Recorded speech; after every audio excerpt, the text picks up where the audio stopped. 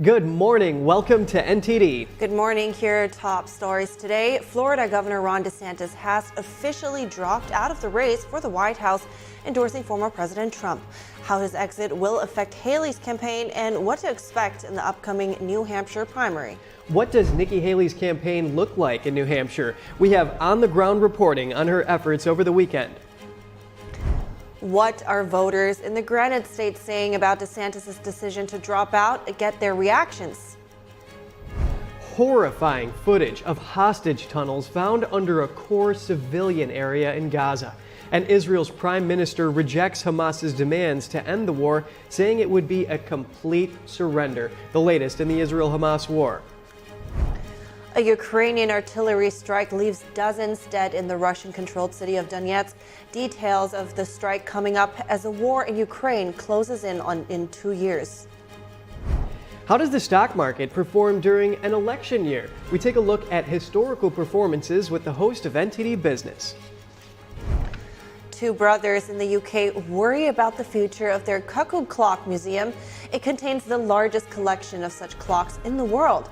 We have the timely story coming up.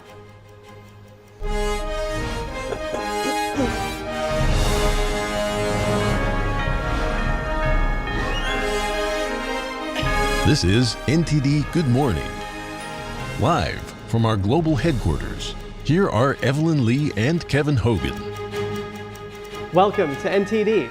Welcome everyone and happy Monday. Today is January 22nd. Yes, we hope you all had a good weekend. And before getting into politics here, Evelyn, those two Navy SEALs who went missing in the Gulf of Aden are now presumed dead, and they have called off the search and rescue operation for them, according to CENTCOM. Yeah, and CENTCOM's commander was saying that they're mourning the loss of their special forces, and of course their prayers are with the SEALs' families. Yeah, and now they're carrying out recovery operations for them, and it's not just the tragic loss of human life with these two SEALs. They're a major asset to U.S. military, and it costs about $2 million, according to First Liberty, to train each one. Wow. Well, in any case, a huge loss there, but we're heading to today's top news, which is in politics. Florida Governor Ron DeSantis has officially dropped out of the 2024 presidential race and endorsed former rival Donald Trump. Trump praised DeSantis for the decision, saying it was a gracious move. Despite leading in double digits in New Hampshire, the former president is calling on voters there to disregard those strong poll numbers and make sure to cast their ballots. NTD's White House correspondent Iris Tao has more from Trump's rally last night. Former President Trump on Sunday night thanked Governor Ron DeSantis for endorsing him and for the first time in months stopped calling him sanctimonious. He was very gracious and he endorsed me, so I appreciate it. I appreciate that, and I also look forward to working with Ron and everybody else to defeat crooked Joe Biden. We will have to get him out. DeSantis, while saying this just on Saturday, I will win the election, changed 180 degrees on Sunday. We don't have a clear path to victory. That's after he finished at a distant second place in Iowa and is polling only at single digits in both New Hampshire and South Carolina. But we don't have any bad polls. We really don't. And our best polls are against Biden. And while Nikki Haley is now the only remaining GOP rival, Trump is maintaining double-digit leads in 3 different polls in New Hampshire just days before the Tuesday primary. And DeSantis' exit is not expected to help Nikki Haley that much either, as a new CNN poll released just hours before DeSantis' announcement shows that over 60% of DeSantis supporters say that Trump is their second choice. And despite having strong lead in polls, Trump is telling his supporters to not believe in polls and just go out and vote. He says it needs a very strong margin to be able to send a clear signal across the country about November and to overcome any potential election fraud. Reporting in New Hampshire, Iris Tao, NTD News. And now for a look at former Governor Nikki Haley's ground game in New Hampshire over the weekend. We're joined live by NTD's Chris Beers. Chris, good to see you. Hey, give us an update on Haley's campaign. Hey, Evelyn, good morning. Great to see you. We're here in Concord, New Hampshire, the state's capital, where the first in the nation primaries are about to begin. Nikki Haley was busy over the weekend. She had about 8 campaign stops, and she has 5 scheduled for today. She's been stopping at places like middle schools, high schools, restaurants, a hockey game. She has this sort of unique advantage over Donald Trump because she doesn't have the Secret Service detail to worry about, going into the places beforehand, securing the place. She can be a bit more nimble in that regard, getting a little closer to voters. She also had New Hampshire Governor Chris Sununu at some of these campaign stops with her. And at her last stop yesterday, she was joined by celebrity judge, Judge Judy. You might remember her from a few years ago. What does Nikki Haley say differentiates her from the former president? Well, she cites some polls that talk about her being in double-digit leads over President Biden, where those same polls talk about Trump being neck and neck with Biden. Of course, Trump talks about polls where he has the lead. So I guess it depends on what polls you look at. She also has this to say. I voted for Donald Trump twice. I was proud to serve America in his administration. I agree with a lot of his policies. But rightly or wrongly, chaos follows him. You know I'm right. Chaos follows him. And we can't have a country in disarray and a world on fire and go through 4 more years of chaos. And of course, she's referring to the numerous lawsuits that Donald Trump is facing, including dozens of lawsuits in states across the country attempting to remove him from the 2024 ballot. Donald Trump says, of course, that this is election interference, Evelyn. Now, Chris, tell me also, how did Haley react to Ron DeSantis dropping out of the race? Yeah, well, she responded pretty cordially. Take a listen. He ran a great race. He's been a good governor, and we wish him well. Having said that, it's now one fella and one lady left. So what's next in this race? Well, voting begins tonight at midnight in towns that have less than 100 people. That voting will conclude pretty quickly because there's only 100 people there. Voting in most polling places will open at 7 or 8 a.m. on Tuesday, closing at 7 or 8 p.m. And then, of course, we have The Nation Decides 2024, NTD's special live coverage of the New Hampshire primaries as the vote count comes in. That will feature NTD's Steve Lance and Tiffany Meyer. Back to you, Evelyn. That's right, Chris. Thank you so much for your update this morning as well, and stay warm. Chris Pierce.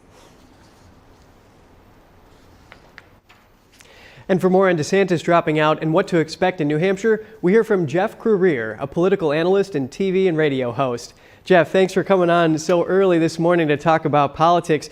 How do you expect DeSantis' exit from the race impact Nikki's campaign in New Hampshire? Well, I mean, thanks for having me, Kevin. It's a 2-person race now, so she has that, one-on-one opportunity with Donald Trump, so that's going to help her. But we heard from the polls that most of the DeSantis voters are going to go to Donald Trump. And also, DeSantis has endorsed Donald Trump. So I think in the end, it's going to benefit Donald Trump in that DeSantis and Trump had a lot of the same positions. Nikki Haley is the one that has a different sort of wing of the Republican Party behind her. DeSantis and Trump were really in the same lane, make America great again, America first type policies. And Nikki Haley is more of a traditional establishment Republican viewpoint. So I think in the end, it's going to benefit Trump a little bit. Yeah, and I'll point out that campaign for Nikki was just basically saying that this was a 2-person race before everyone else backed off and suspended their campaigns. And to add what you were saying, CNN poll shows that 62% of DeSantis voters would just switch over and go for Trump now that he's out. DeSantis endorsed Trump, as you mentioned, and he said that the GOP can't go back to the old Republican guard of yesteryear, which he called a repackaged form, this warmed over corporatism that Nikki Haley resents. What did he mean by that? Well, when Donald Trump burst upon the scene in 2016, you had a Republican Party that was dominated by that wing. People like John McCain and Mitt Romney and the Bushes that believed in more of a globalist point of view, more of an interventionist point of view, foreign policy. believed in the United States, taking a leadership role in NATO, not really strong on the border, more pro-free trade, not fair trade. So it was really a throwback to some of those administrations that we saw between Reagan and Trump. Now, of course, Nikki Haley is getting the support from a lot of those folks. She's bringing in big money. And they don't like the Make America Great Again policies of Donald Trump. They don't like the focus on the border, the focus on America first. So it's a different point of view as to whether the United States should be more isolationist or more interventionist. And that is really, I think, one of the key differences between Donald Trump wants to focus on America. Nikki Haley wants to have more of an interventionist point of view. My take on it, Kevin, is that the majority of the Republican voters are with Trump and his policies and not Nikki Haley. We'll see how this thing develops going forward, but I'd give the big advantage to Trump. Well, former President Trump, as a businessman and a deal maker, always made a point of trying to get the best deals in those trade in negotiations. So what does Haley have to do to win New Hampshire, given that she's down about 14 points, according to that 538 polling average before DeSantis dropped out? What's interesting, Kevin, is that the governor, who is their biggest supporter, Chris Sununu, a few weeks back was saying Nikki Haley was going to win big. Then he said Nikki Haley was going to win. Now he's saying Nikki Haley needs to do well. So I think her best bet is to defy expectations, get closer. I don't think she has a chance to win. Make it competitive going forward into South Carolina and figure out some way to win South Carolina. I think it's going to be very hard for her to win tomorrow in New Hampshire. I think Donald Trump has the edge. With DeSantis getting out, I think that helps him.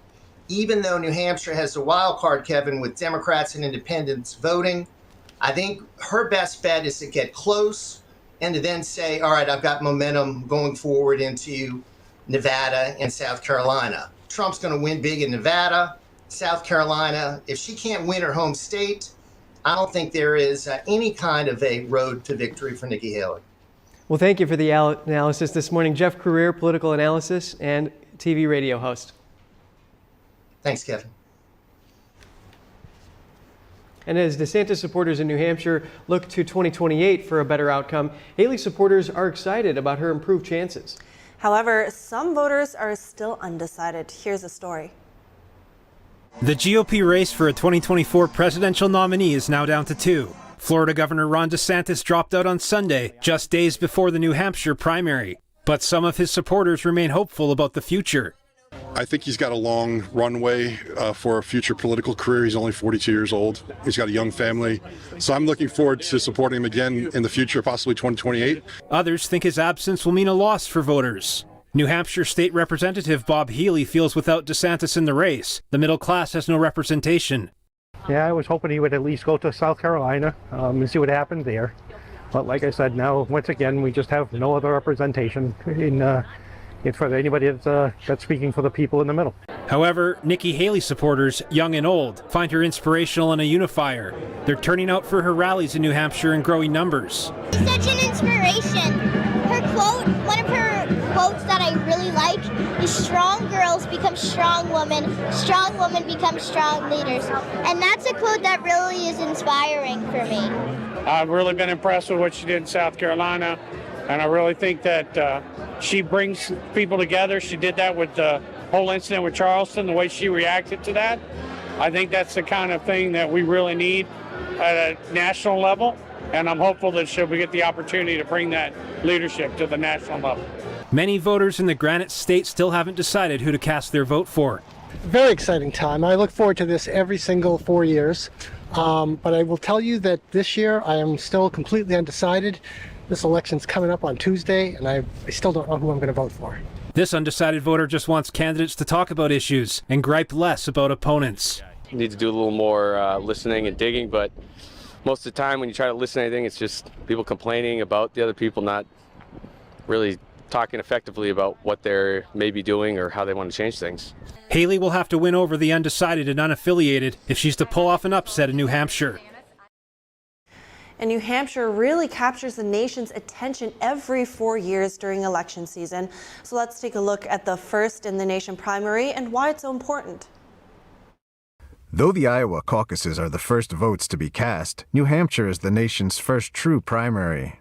That's because the state maintains a law that protects its first-in-the-nation status. In 1948, legislatures in the Granite State decided to hold the presidential primary on the same day as town meetings to save money. New Hampshire's town meeting day was well before any other states held their presidential primaries. This meant that since that year, New Hampshire would always be the nation's first primary. The state's top election officials can also move the date if another state tries to hold theirs earlier. This year, Democrats wanted to hold their first primary in South Carolina, but Republicans refused to budge from New Hampshire. I'm thrilled to be here in the home of the first in the nation primary. Do you know why you're first in the nation? Because of me. I kept you there, unlike Biden. I kept you there. So why is this important? Whoever wins the New Hampshire primary captures early momentum in the race for their party's nomination, and losers have to reevaluate their campaigns. With only 2 candidates left on the GOP side and former President Trump in the lead, a disappointing performance in New Hampshire could mean the end of Nikki Haley's campaign. That would make Trump the Republican nominee for a 3rd straight election. But New Hampshire Governor Chris Sununu believes Haley could still pull off an upset, even if she doesn't win the Granite State. On the other hand, if she does well, she could carry that momentum into future primaries. But everything Nikki's trying to do is build on the momentum from Iowa, right? 2% to 20%, build on even more momentum here. The fact that she's knocked all the other candidates out. Nobody thought that was possible, but she's really knocked everybody out. Voters in New Hampshire are different from those in Iowa. They're more moderate and less evangelical. Haley is positioning herself as that moderate option for New Hampshire Republicans. This is a wake-up call for the Republican Party. Do you want to go with a small amount that you keep pushing people away, or do you want to go with a conservative that knows how to talk to moderates and independents and not make them feel bad, but make them feel included? On the Democratic side, President Joe Biden is in the lead, but the Democratic National Committee's new rules made South Carolina their first official primary instead of New Hampshire. This means Biden's name will not appear on the New Hampshire ballots. Voters will have to write in his name, and a victory here will not give the winner any delegates. The DNC has deemed the New Hampshire primary meaningless, but Biden's closest competitor, Congressman Dean Phillips of Minnesota, is hoping to take advantage of the president's absence. I love you all. Y'all ready for some change? Yeah, well, I am too.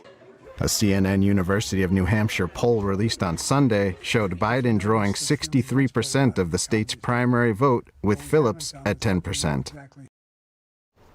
The Access Hollywood tape of former President Trump will not be put before a jury in the E. Jean Carroll case. Carroll's lawyer told the judge Saturday it's to keep the trial focused.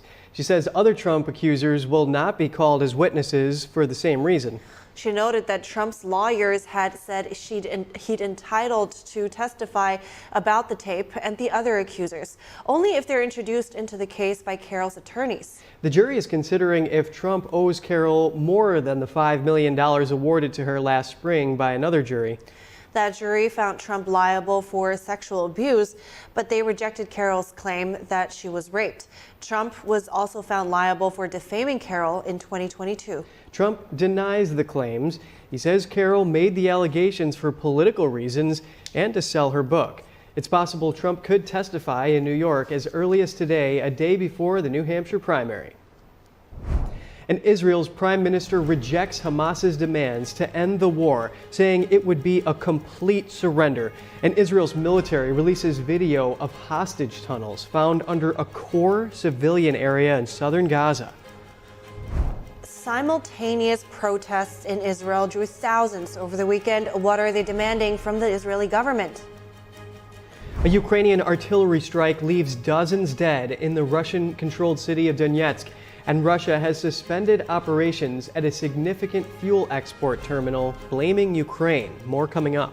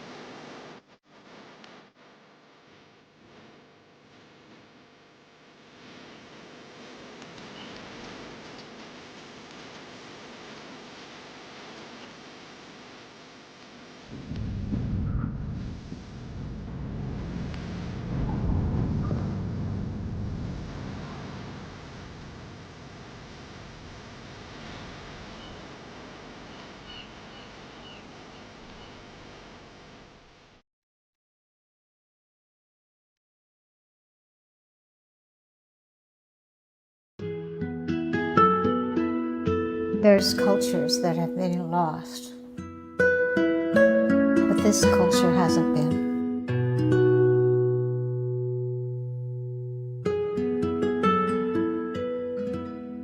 The artist is showing us our sense of who we are,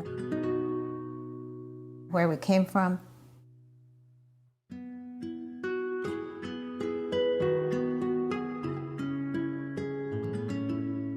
You look at his hat.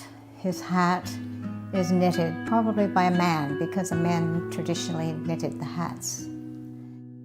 That hat tells you the story of who this person is, what his place in the culture is, the animals around him. Everything's all contained in the messages in the hat. And the tool that he's carrying over his shoulder. This is a centuries-old tool that has been able to rework the mountains.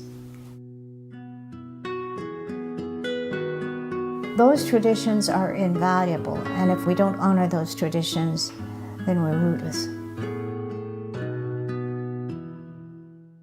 The artist is showing us the value of maintaining our culture and respecting our culture.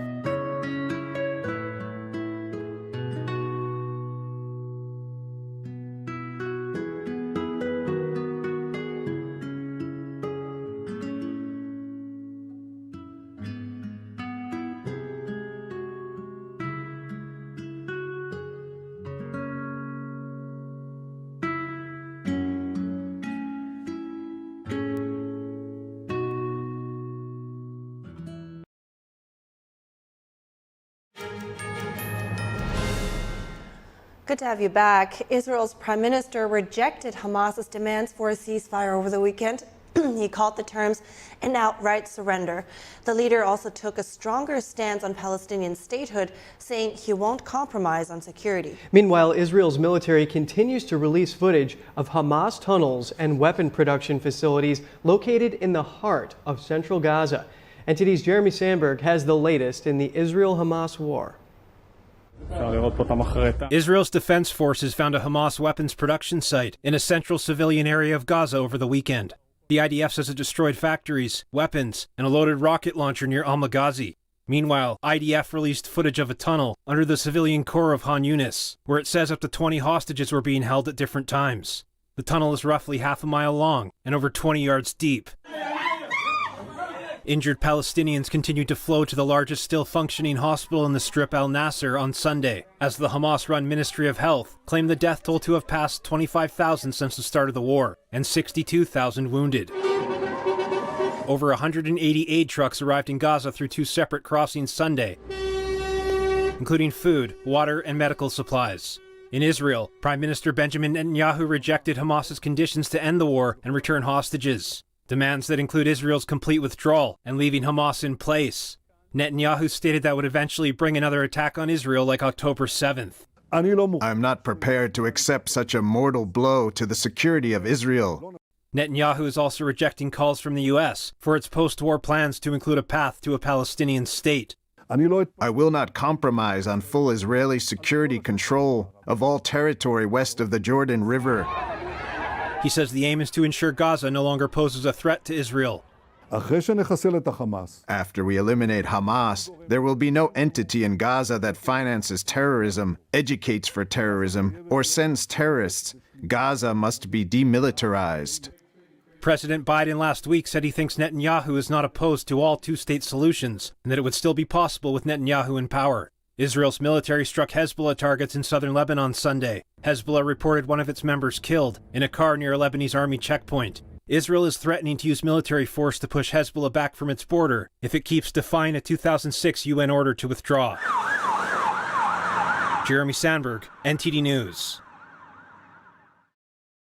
Protests in Israel are heating up as thousands came together to demand the government bring the remaining hostages home. Despite the protests, there has been little visible progress toward a deal to release those still being held captive by Hamas terrorists. Thousands of protesters rallied in Tel Aviv on Saturday, demanding action from the Israeli government They say their government isn't doing enough to bring their loved ones home after over 100 days in Hamas captivity. One released hostage said it's Israel's moral duty to bring the hostages back. Hamas continues to murder our people. Our moral and ethical duty is to return them all.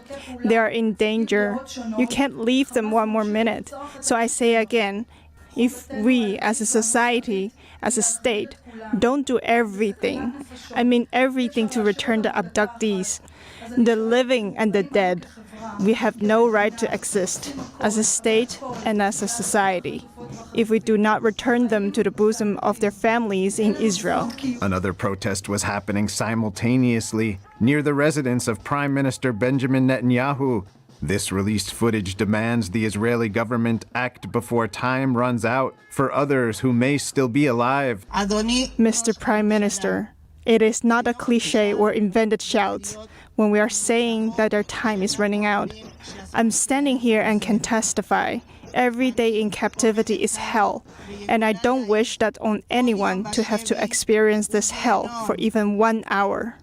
This man, whose son is still held by Hamas, says the government has failed them, and getting the hostages back alive is the only way to fix it. On the morning of October 7th, this government and this prime minister totally failed us. After 107 days, we are demanding that they fix the failure from the 7th, and that can only start with returning all of the hostages alive. Bringing home 136 hostages in bags can never be considered any part of a victory. Hamas launched a sneak terrorist attack on October 7th last year, killing approximately 1,200 Israelis and kidnapping more than 200 others.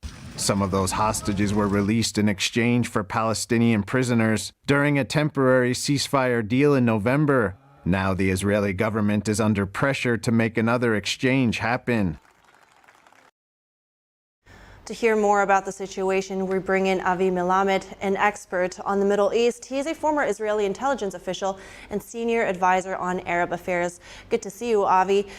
So first, Netanyahu just rejected Hamas conditions for hostage release again. And earlier in the program, we heard that he made his stance pretty clear. But do you think there is a scenario where either of the sides changes their stance a little bit and move closer to an agreement? And what scenario would that be?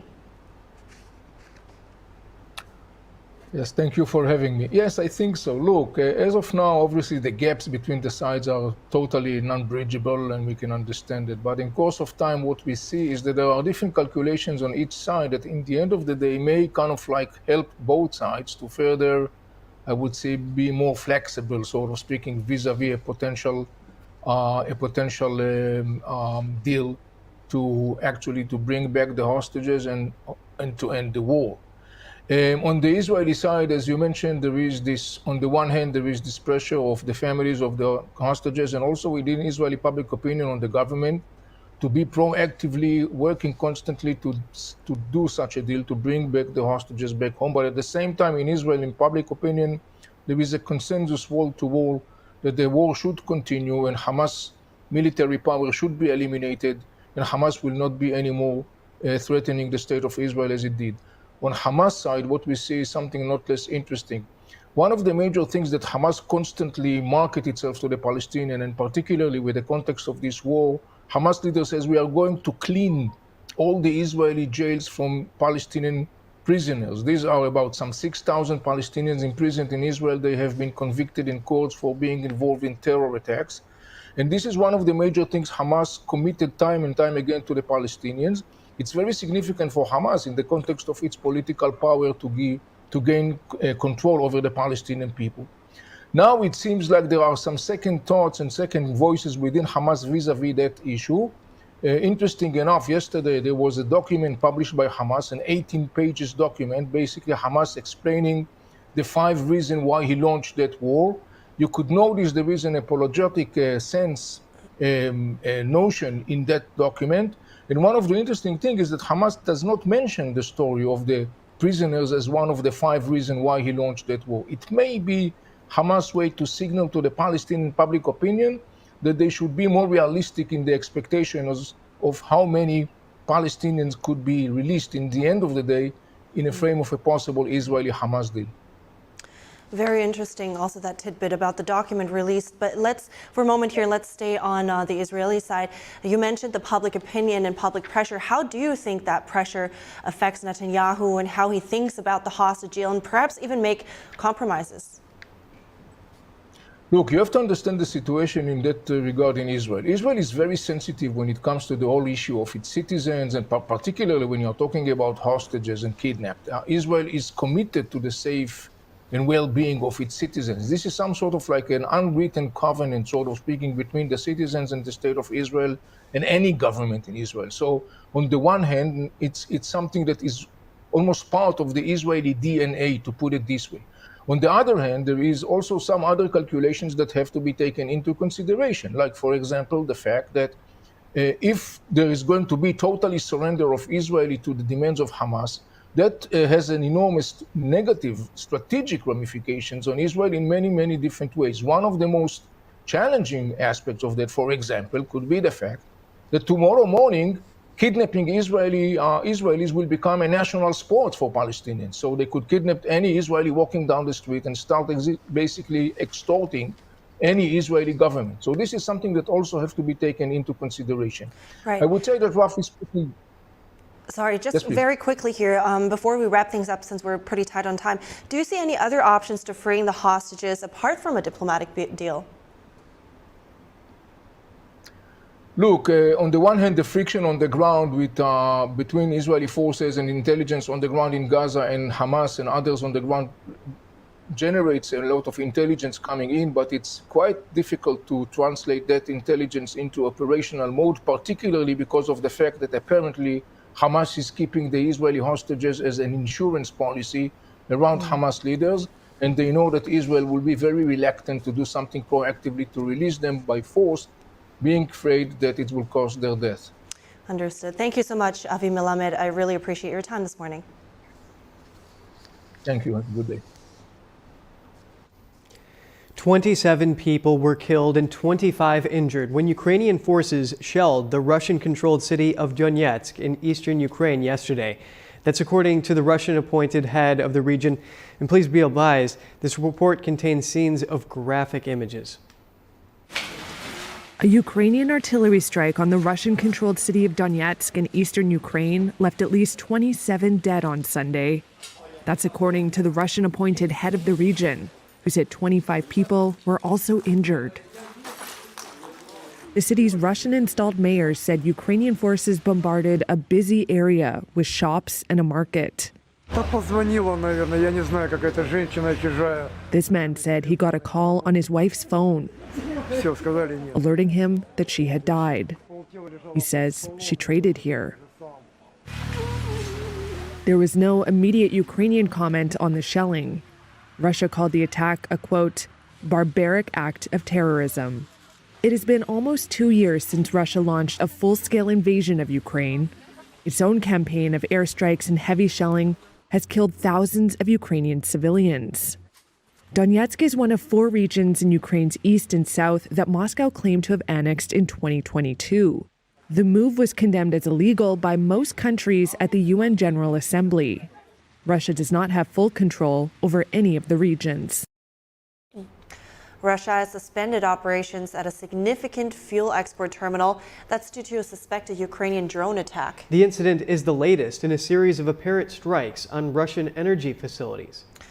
The Ust-Luga complex, located on the Baltic Sea about 110 miles west of St. Petersburg, is used to ship oil and gas products to international markets. On Sunday, Russian energy company Novatek said it had been forced to suspend some operations due to a fire. No casualties were reported. Ukrainian media said the fire was the result of a special operation carried out by Ukraine security services. They said it aimed to disrupt Russia's military logistics. But independent sources could not confirm that the fire resulted from a Ukrainian drone attack. Russia and Ukraine have targeted each other's energy infrastructure in the past. On Friday, a drone attack hit an oil depot in western Russia. That came a day after an unsuccessful attack on a Russian Baltic Sea oil terminal. Coming up after the break, car theft on the rise in California, with one city seeing a 45% increase. What's behind the spike in crime and what's being done to combat it? Water, nature's ultimate cleaner. We drink it, we bathe in it. Think water, think steam, think clean. Now harness the power of water with the H2O X5 5-in-1 steam cleaning system. I'm so impressed with the X5. It's an all-in-one product. I can use it throughout my entire house. It's cleaning, it's sanitizing, there's no chemicals in it. It's just steam. This is unbelievable. There is no more odor. You could spend over $500 to purchase the products that the X5 5-in-1 Miracle replaces. Order your H2O X5 steam cleaning system, a $500 value, for just 4 easy payments of $43. Order now and we'll upgrade your X5 package. We'll add a 6th mode with a dusting and polishing wand. Valued at over $30, this extra bonus attachment makes your H2O X5 the H2O X6. That means your 10-piece system becomes a 12-piece system at no extra cost to you. All for just 3 easy payments of $43. Call or click right now. What if you could whiten your teeth by simply brushing your teeth? Now you can with Smile Actives, the teeth whitening breakthrough that safely gets your teeth white and keeps them white every day, just by brushing your teeth. I never thought that whitening my teeth could be so easy. I just put the gel on the brush, the toothpaste on it, brush, and I can see my white teeth. Simply add Smile Actives to any toothpaste and our patented PolyClean technology activates into a powerful microfoam that penetrates into the enamel surface to safely lift and remove stains. You need a simple way to whiten your teeth.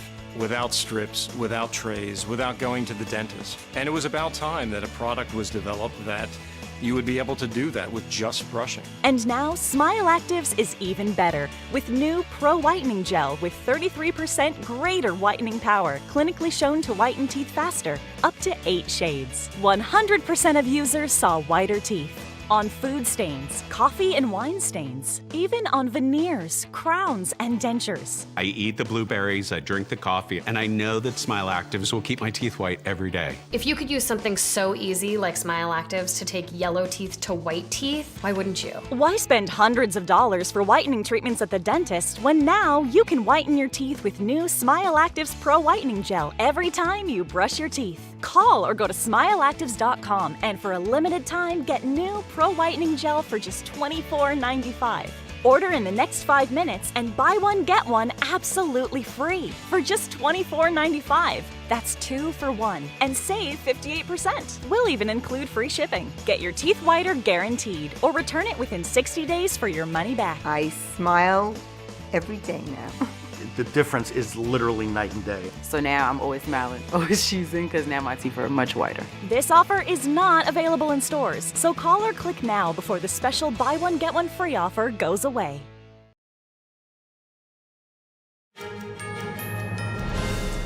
Good to have you back, and as you can see, we have a familiar face here with us. NTD's David Lamb is here all the way from California. Hi, David. Hi, good morning. Yeah, and we've seen clips of rampant crime in the state, from shoplifting bags of merchandise in broad daylight to smash and grabs to car break-ins. One California city saw a 45% increase in vehicle theft last year, according to police data. David, good morning, and thanks for joining us here in New York, going coast to coast. Pretty cool.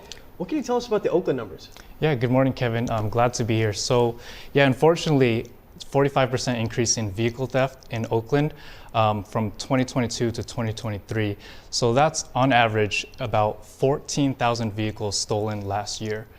Now, some people are saying that this is an indication that recent policies on crime and public safety are failing from the leadership.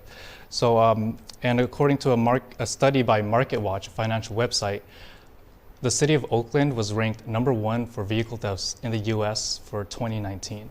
Wow, 14,000 cars. How prevalent is something like that across the nation? Is that a car problem? What's going on there? I mean, it's unfortunately it's very prevalent. It seems to be very easy to basically break into a car. People are using things like spark plugs, shattering glass in seconds. And the term being used is bippin'. I'm not sure if you heard of it. No. In San Francisco, it's even been labeled as Bip City. And there's a crime network and very organized from what people are saying. And it's a multifaceted issue with drugs, drug addiction, mental health. Wow. Yeah, that's just incredible that's happening. And it's not just cars. I mean, Newsweek reports that the crime in California is actually causing these small businesses to lose their insurance policies because they're putting out these claims about retail theft. But what about these car break-ins? Have you ever dealt with one of those yourself? So, fortunately, I haven't. But my yeah. So my car door lock has been tampered with, and it's been in the Bay Area, but never broken into. And I did go to, have you guys ever been to Oakland before? No. I haven't. So it's a beautiful city. The last few times I was there, I met a security guard, and he told me that he pointed to a particular street and he says each day one car gets broken into on that street outside of where he works.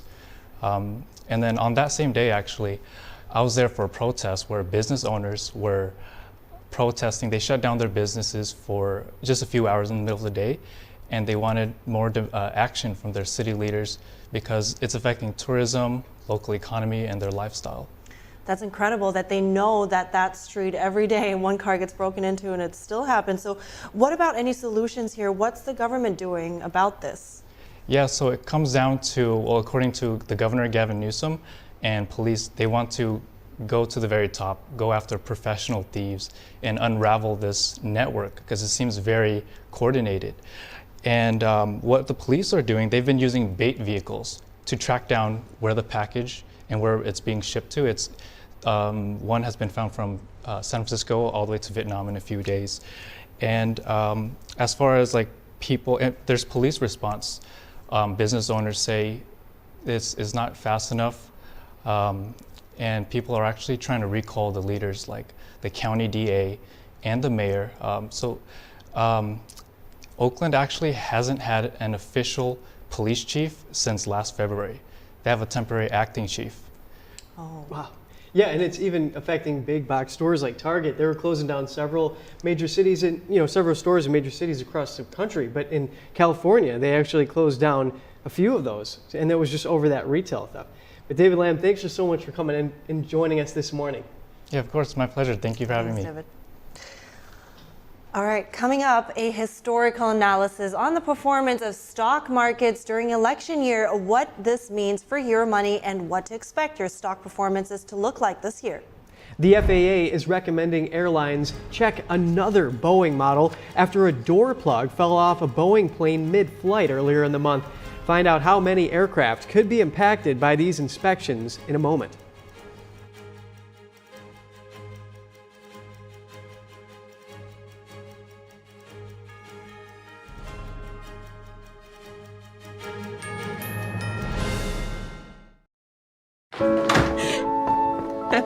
My baby's back from the West Coast.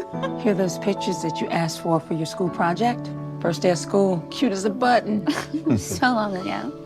Oh, here's Grandma Florence after that flood wiped out the whole neighborhood.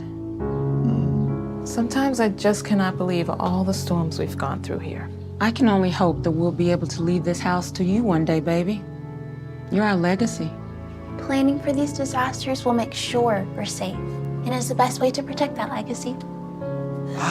Those beans smell heavenly. Give Mom a little credit. You know what? We should make an emergency communication plan. That way we're ready this year. Great idea. At my dorm, we have emergency kits for earthquakes and wildfires, but I'm sure there's something more local I can send you with the link. Okay. Smart.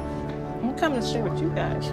Protect your legacy. Plan for natural disasters today. Visit ready.gov/plan.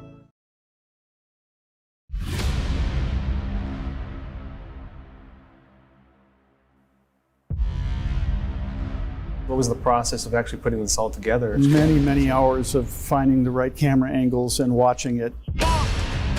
The first trouble started just after 1 o'clock. 45 pages, here it is right here. Donald Trump has been indicted. Somber day for the country. This all happened before President Trump's speech was over. The founder of the Oath Keepers militia group is headed to prison for more than 18 years.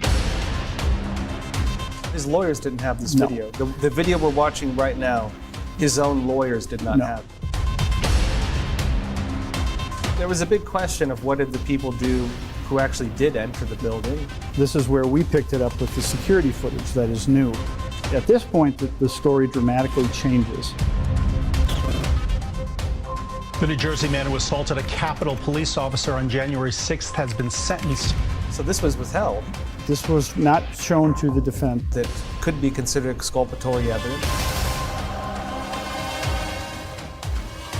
This doesn't seem like what a lot of the media is showing. It's going to change narratives no matter what your political perspective is.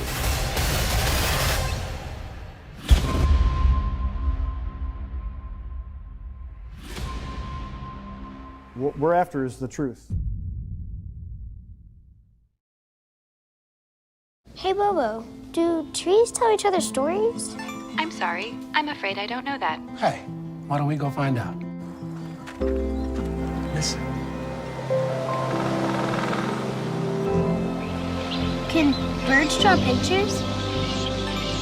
I don't have an answer for that. Dad, do stars visit their friends? Look!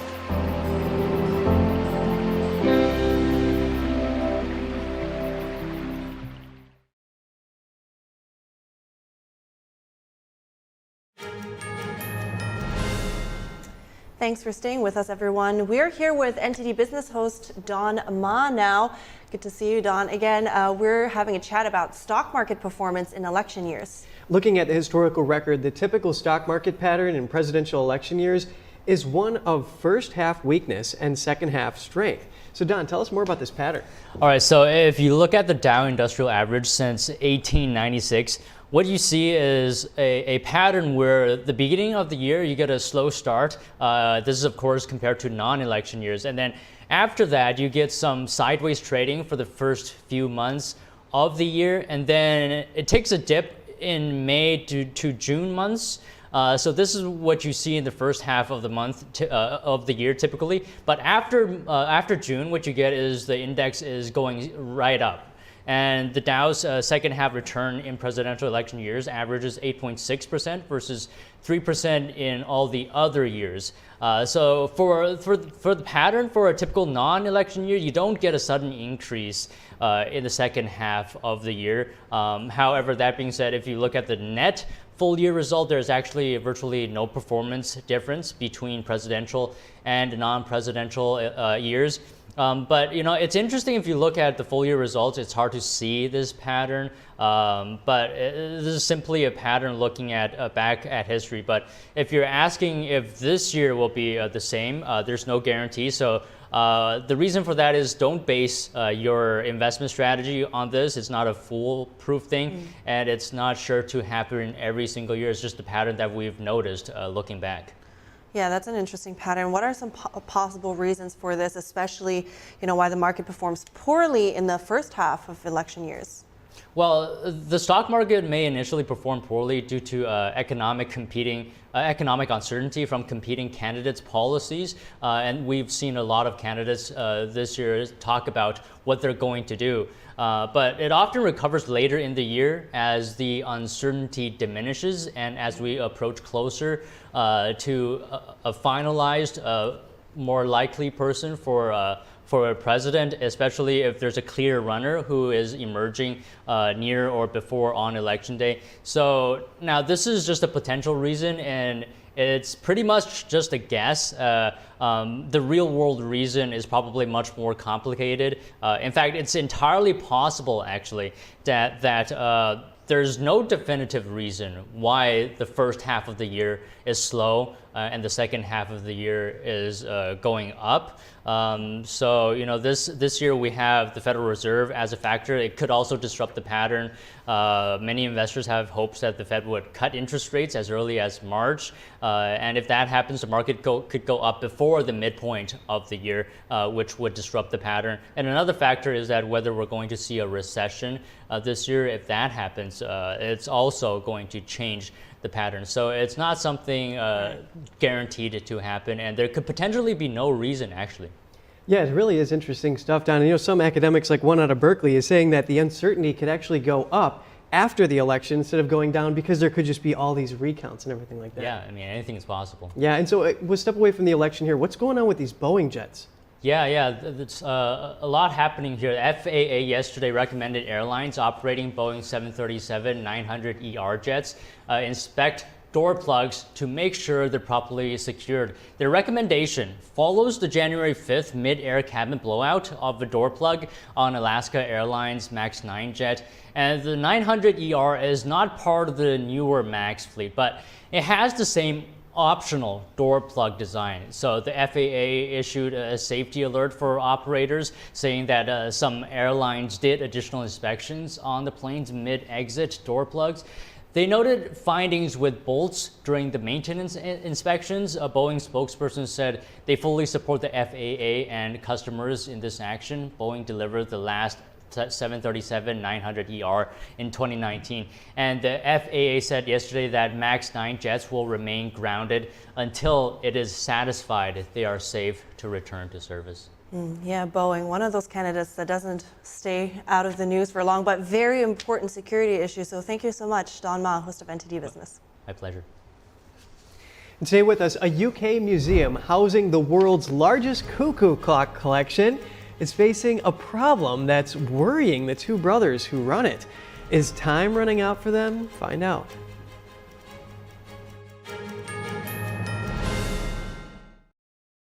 I am so glad you ladies are here. You each have your own rooms. Thank you. Get settled in. I'll call you for dinner.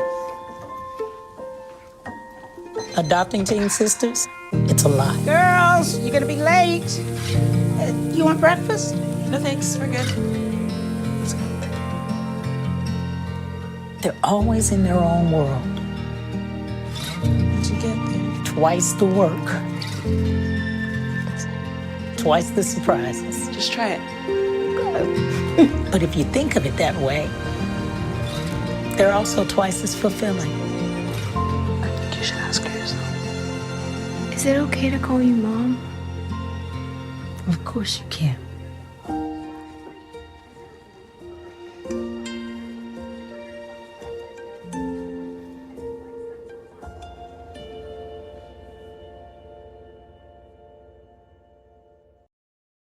If you're living with diabetes, this is the sound that could change your life. Great news for people living with diabetes. Now you can wear a continuous glucose monitor and eliminate routine finger sticks. The days of repeated, painful finger sticks are over. Just call 800-215-1658. If you use insulin daily to manage your condition, a continuous glucose monitor could help you control your diabetes and reduce or eliminate those painful finger sticks. If you have Medicare or private insurance, US Med can deliver a CGM system right to your door. And if you qualify, there may be little or no cost to you. Shipping is free and will even bill your insurer directly. Call now to get your continuous glucose monitoring system so you can take control of your diabetes and get back to enjoying life. Just call 800-215-1658. That's 800-215-1658. In America, politics and business are two separate worlds. Politicians make laws, CEOs make profits. But now, that's all changing. A movement has been growing to unite corporations, governments, and global institutions. Its purpose is to deal with issues like climate change, racism, inequality, and gun control. It is called ESG. How does it work? And how will it change our lives? Are we bending Wall Street to our will, or are we the ones who will be manipulated?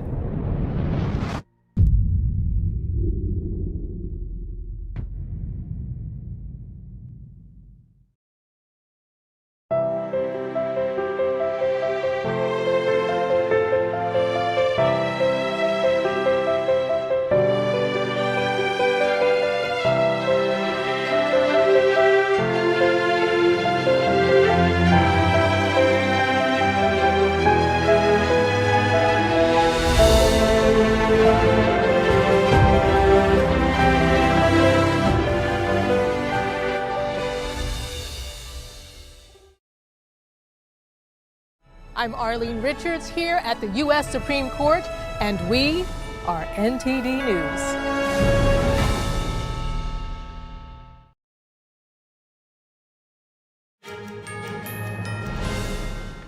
Welcome back. Two brothers from Cheshire in the UK have collected more than 750 cuckoo clocks. Wow. Yeah, it's thought to be the largest collection in the world. But as the years pass, the elderly siblings worry there'll be no one to look after the clocks when they're gone. Here's the story.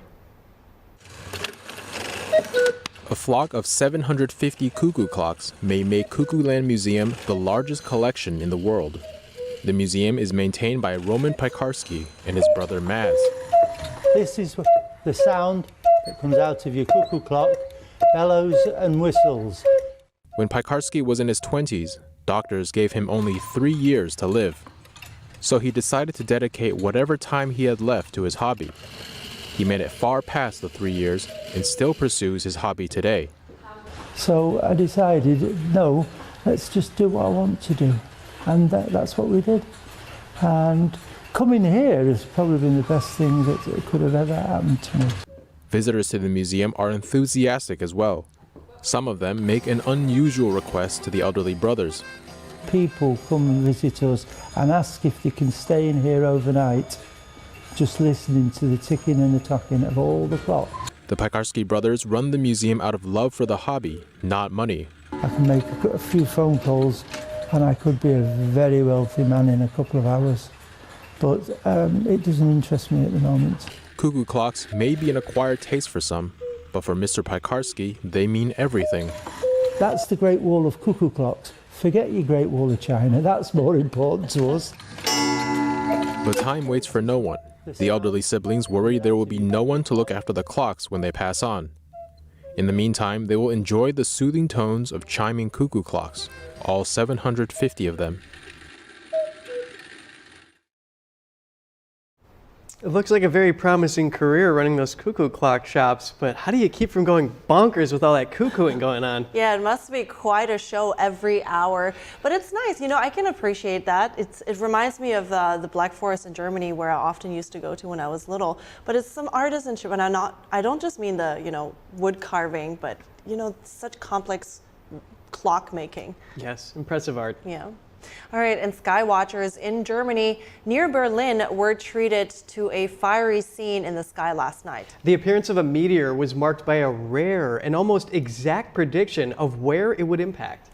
A researcher at the Planetary Research Institute in Berlin was able to capture the meteor after a tip from a colleague. He says the meteor was 3 feet in diameter and detected only 3 hours before impact by a Hungarian astronomer. The researcher said it was only the 8th time that a prediction of such an impact down to the minute was possible. NASA says the tiny asteroid was set to disintegrate as a harmless fireball west of Berlin.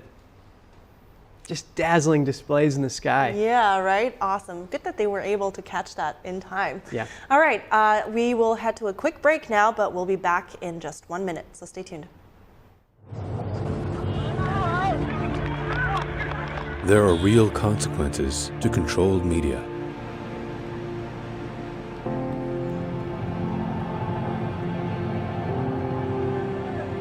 And NTD's founders know them firsthand. Our freedom of thought is the price. This is the lesson that guides us in everything we do. So there's the tear gas there. We know the value of a free society.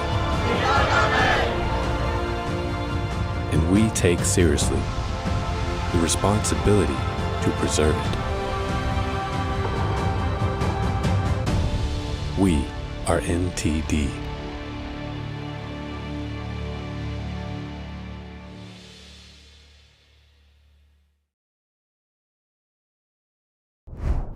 Good morning and welcome to NTD. Good morning. Here are top stories. With the New Hampshire primaries almost upon us, we hear some analysis on what to expect and what's key for presidential candidate Nikki Haley to strike a blow against the frontrunner, former President Donald Trump. DeSantis drops out of the race for the White House, leaving just 2 GOP candidates in the running. How are New Hampshire voters reacting? Nearly 70 people have died this month in causes related to the brutal winter weather. We take a look at some key areas of the country where freezing temperatures have been causing headaches. Horrifying footage of hostage tunnels found under a core civilian area in Gaza. And Israel's prime minister rejects Hamas's demands to end the war, saying it would be a complete surrender. Persecuted for your spiritual beliefs, a key UN event takes a look at the ongoing persecution of Falun Gong practitioners at the hands of the Chinese Communist regime.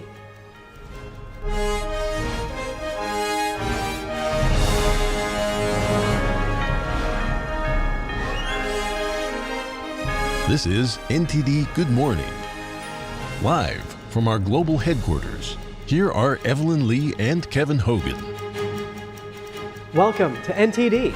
Welcome, everyone. We're kicking off another week. Today is Monday, January 22nd. And today's Monday, our top news is that Florida Governor Ron DeSantis has officially dropped out of the 2024 presidential race and endorsed former rival Donald Trump. Trump praised DeSantis for the decision, saying it was a gracious move. Despite leading in double digits in New Hampshire, the former president is calling on voters there to disregard those strong poll numbers and make sure to cast their ballots. NTD's White House correspondent Iris Tao has more from Trump's rally last night. Former President Trump on Sunday night thanked Governor Ron DeSantis for endorsing him and for the first time in months stopped calling him sanctimonious. He was very gracious and he endorsed me, so I appreciate it. I appreciate that, and I also look forward to working with Ron and everybody else to defeat crooked Joe Biden. We will have to get him out. DeSantis, while saying this just on Saturday, I will win the election, changed 180 degrees on Sunday. We don't have a clear path to victory. That's after he finished at a distant second place in Iowa and is polling only at single digits in both New Hampshire and South Carolina. But we don't have any bad polls. We really don't. And our best polls are against Biden. And while Nikki Haley is now the only remaining GOP rival, Trump is maintaining double-digit leads in 3 different polls in New Hampshire just days before the Tuesday primary. And DeSantis' exit is not expected to help Nikki Haley that much either, as a new CNN poll released just hours before DeSantis' announcement shows that over 60% of DeSantis supporters say that Trump is their second choice. And despite having strong lead in polls, Trump is telling his supporters to not believe in polls and just go out and vote. He says he needs a very strong margin to be able to send a clear signal across the country about November and to overcome any potential election fraud. Reporting in New Hampshire, Iris Tao, NTD News. And as DeSantis supporters in New Hampshire look to 2028 for a better outcome, Haley supporters are excited about her improved chances. However, some voters are still undecided. Here's the story. The GOP race for a 2024 presidential nominee is now down to 2. Florida Governor Ron DeSantis dropped out on Sunday, just days before the New Hampshire primary. But some of his supporters remain hopeful about the future. I think he's got a long runway for a future political career. He's only 42 years old. He's got a young family. So I'm looking forward to supporting him again in the future, possibly 2028.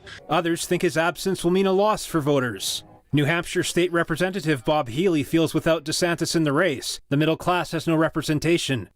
Yeah, I was hoping he would at least go to South Carolina and see what happened there. But like I said, now, once again, we just have no other representation for anybody that's speaking for the people in the middle. However, Nikki Haley supporters, young and old, find her inspirational and a unifier.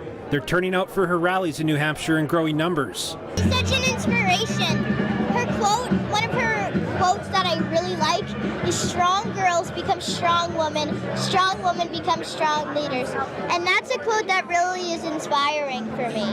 I've really been impressed with what she did in South Carolina, and I really think that she brings people together. She did that with the whole incident with Charleston, the way she reacted to that.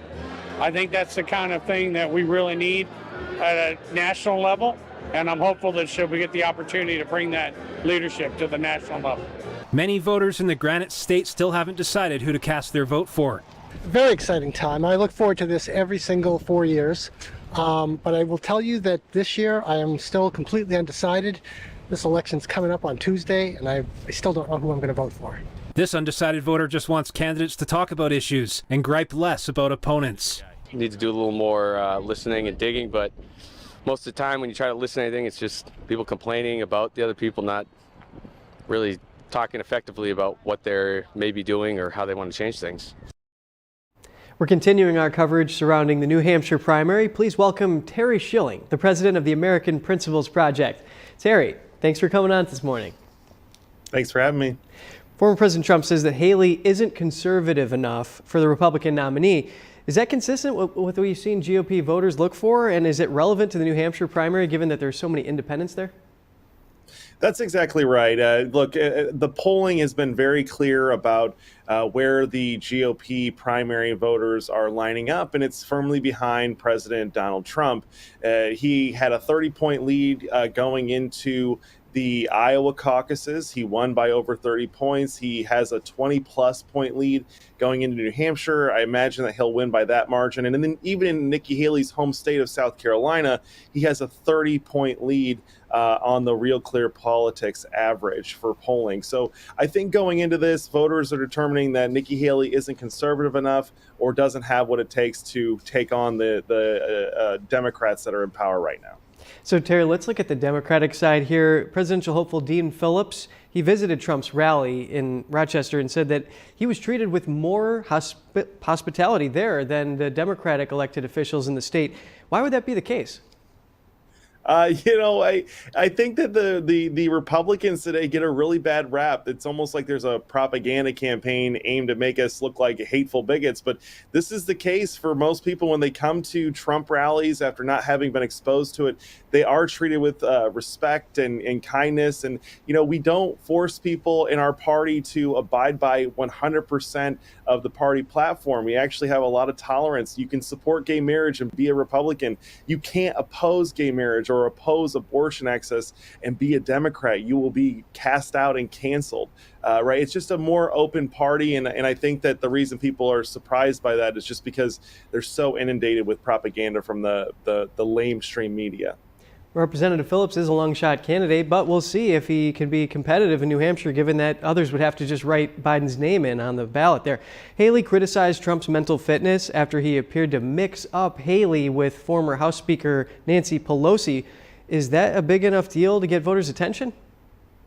No, I will just tell you, I think that was great political jujitsu from President Trump. He managed to trick all of the mainstream media into making sure that the world knew that Nancy Pelosi was in charge of ordering a stand down at the Capitol on January 6th, that she was in charge of the National Guard and not Nikki Haley and not Donald Trump. So I think it was great jujitsu. I think he still got it. If you listen to him, you see his town halls, Donald Trump still got it. And one thing I'll point out about that, Terry, is that other presidential hopeful at the time, North Dakota Governor Doug Burgum, was saying that he was working with Trump during his campaigning, and he's saying that he would watch Trump go for 20 hours a day. And then, he's saying that sometimes a little misspeak can happen on the campaign trail. So what do you expect to happen here in New Hampshire in the GOP primary? Listen, Donald Trump is essentially the incumbent Republican president. That's how all the polling is showing, and that's what it's going to play out to. So I think tomorrow night, look for a 20-plus point lead or 20-plus point win for Donald Trump. I don't expect any surprises. And then you can expect that Donald Trump will go into South Carolina, clean up there. It's very likely and possible that Nikki Haley will drop out before going to her home state of South Carolina, because I don't think that, if the polling's right here in New Hampshire, it's probably right here or there in South Carolina. And she doesn't want to get her clock cleaned in her own home state. So I think she'll probably drop out after tomorrow night if the results hold up with the polling. Well, it's great hearing your update. Terry Schilling, president of the American Principles Project. I appreciate it. Thank you. The race for the Republican and Democratic presidential nominations will converge in New Hampshire tomorrow in the first primary election of the season. NTD's Daniel Monahan has more on what to expect. The Republican primary will test former President Donald Trump's frontrunner status in a state he carried by a comfortable margin in the 2016 primary. It will also be a test for former UN Ambassador Nikki Haley, who wants to establish herself as the main alternative to Trump.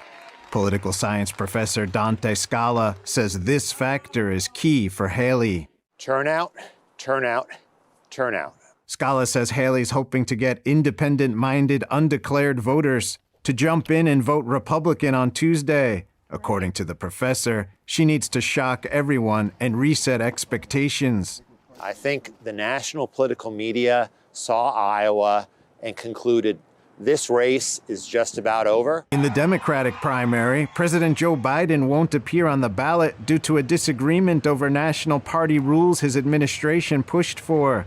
The Democratic candidates whose names will appear on the ballot are Representative Dean Phillips of Minnesota and Marianne Williamson, who also ran for president in 2020. The last polls in the state close at 8 p.m. Eastern Time on Tuesday, although polls for most voters close at 7 p.m. Eastern Time and some close at 7:30 p.m. Eastern Time. Registered party members may vote only in their party's primary. Independent or unaffiliated voters may vote in either primary. New voters may register on primary day at a polling site, but the deadline to change party affiliation for voters who are already registered was in October. As of December 28th last year, there were around 873,000 registered voters in New Hampshire. Registered Republicans make up 31% of voters, compared with 30% for Democrats. Independents or unaffiliated voters comprise 39% of all voters. The latest Real Clear polling averages show former President Trump with a commanding 17-point lead over second-place Nikki Haley. Daniel Monahan, NTD News. And the First in the Nation primary in New Hampshire is coming up next week. Make sure you don't miss our special coverage. That's right. Join NTD's Steve Lance and Tiffany Meyer for another exciting election night on The Nation Decides 2024. Exclusive on-the-ground access and special guests. Watch the action live on Tuesday, January 23rd at 8 p.m. Eastern Time. And more on the weather. Much of the U.S. remained gripped by deadly Arctic weather Sunday, with sub-freezing conditions reaching as far south as Texas and Florida. But the numbing cold is expected to ease up in the coming days. Freezing rain, sleet, and high wind gusts Sunday made traveling in parts of Kansas and Oklahoma particularly dangerous. Wind chills in Iowa made it feel like minus 20 degrees Fahrenheit in some parts. The cold was felt especially by people not used to such frigid weather in places like Memphis, Tennessee. Residents there were urged to boil water, and some had no water at all after freezing temperatures broke water mains across the city. Winter storms this month claimed at least 67 lives around the U.S., many involving hypothermia or road accidents. And after the break, Israel's prime minister rejects Hamas demands to end the war, saying it would be complete surrender. And Israel's military releases video of hostage tunnels found under a core civilian area in southern Gaza. Thousands protested against the Israeli government over the weekend. What are they demanding? Find out when we come back. And a key UN human rights event will be held in Geneva today. Hear about how it relates to the brutal persecution of a spiritual group inside China.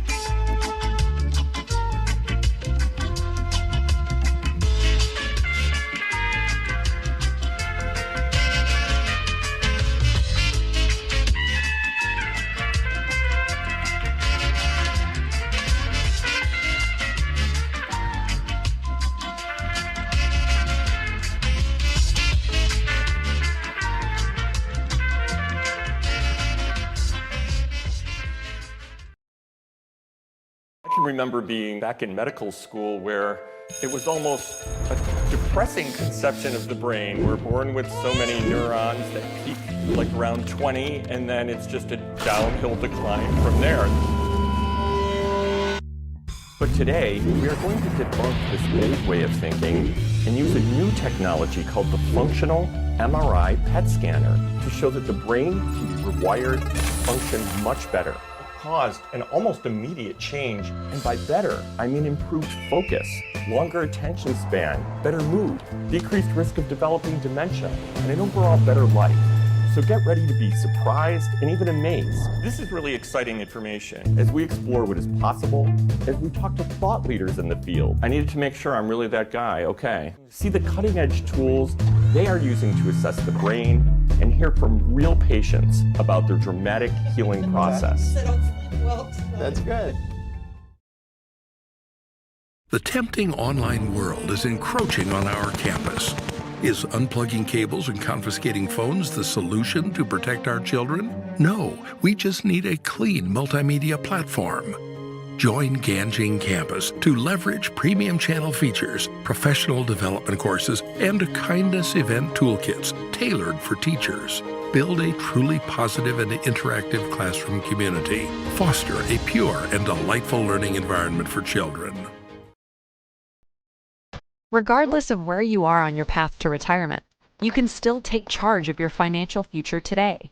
Visit aceyourretirement.org and answer a few questions from Avo, your friendly digital retirement coach, for free tips, resources, and advice customized for your situation to help you feel confident and prepared for retirement. Retirement looks different for everyone. Make sure you're prepared for your financial future at aceyourretirement.org.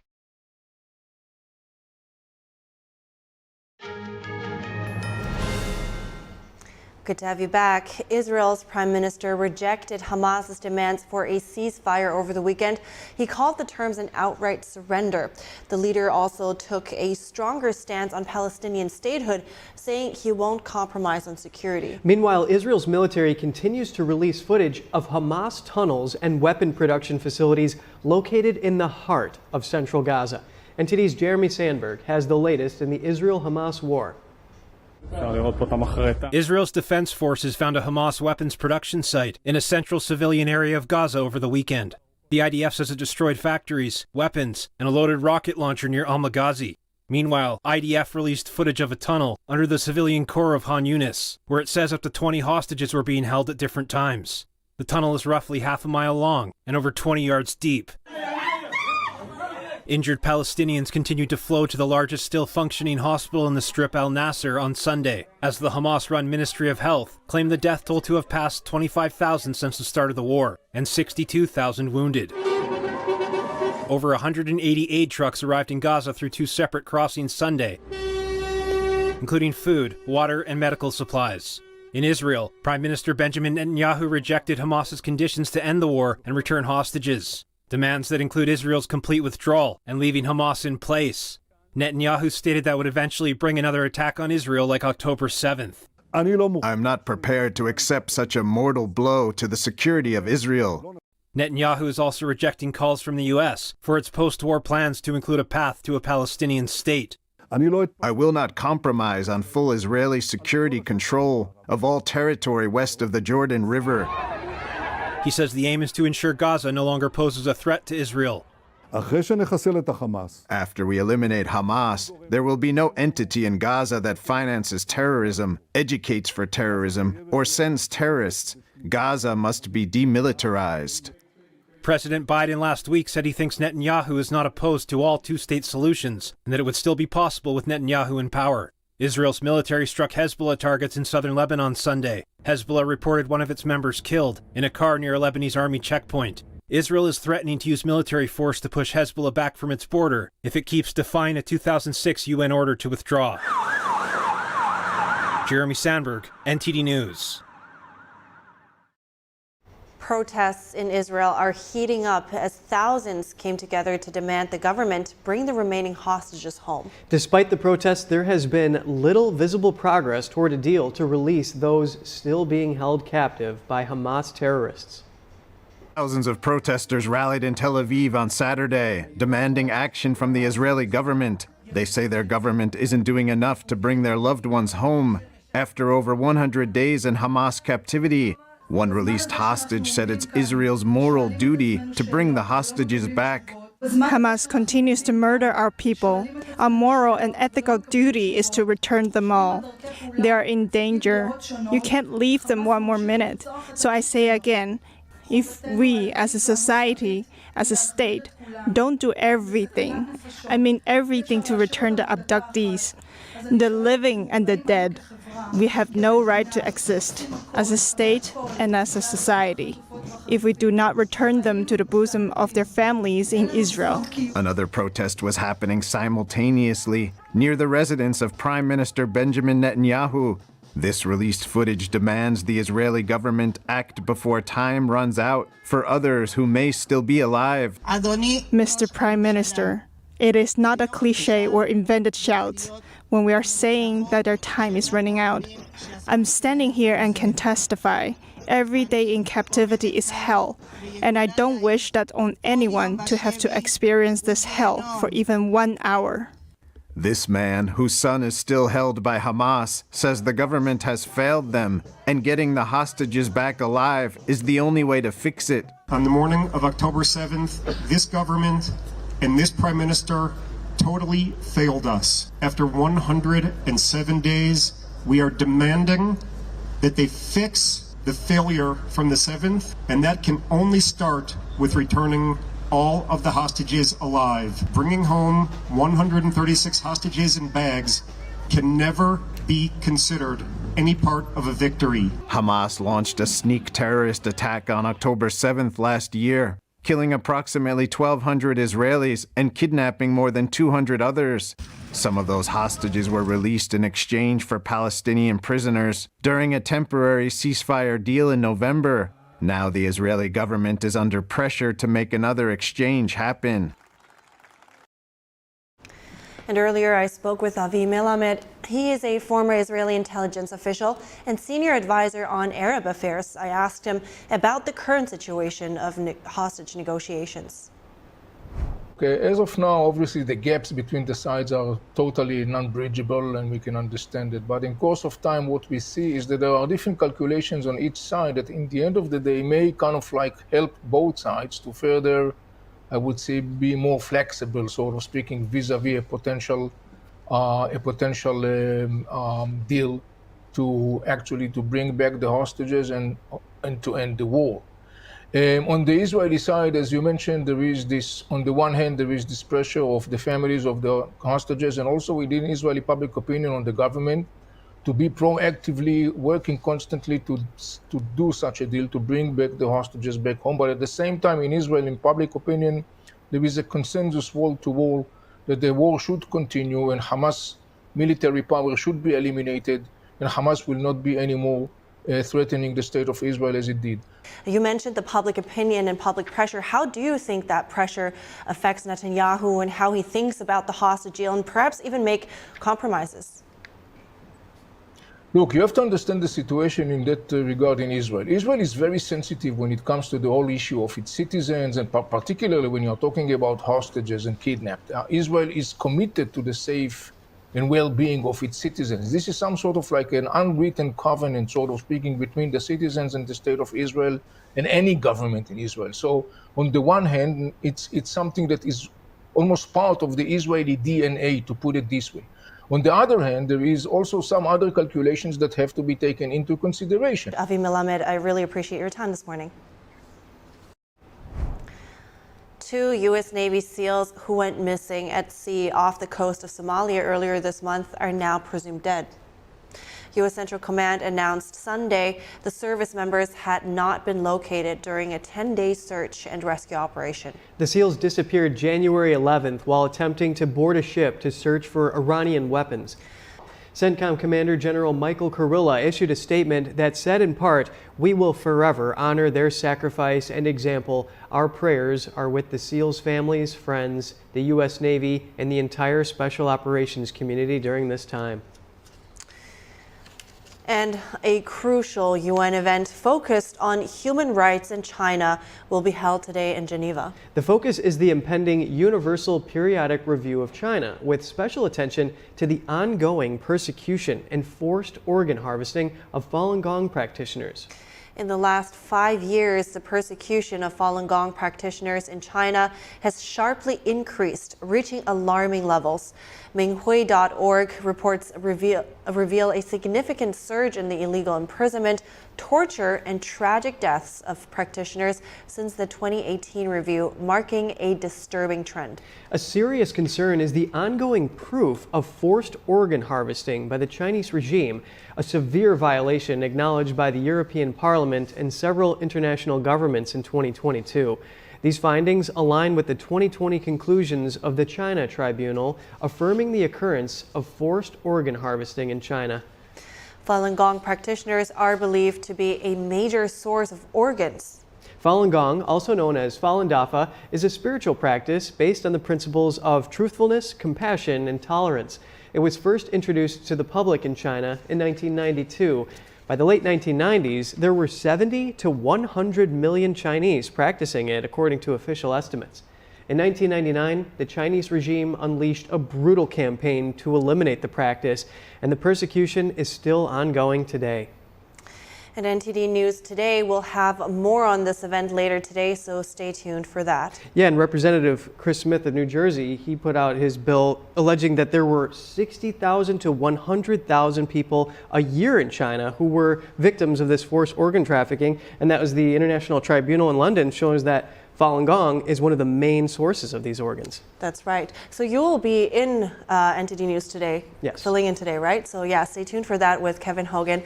And we will be keeping you up to date, but we're wrapping up our show now this morning, and we'll keep you up to date, like I said, with our News Today broadcast at 11 a.m. Eastern Time.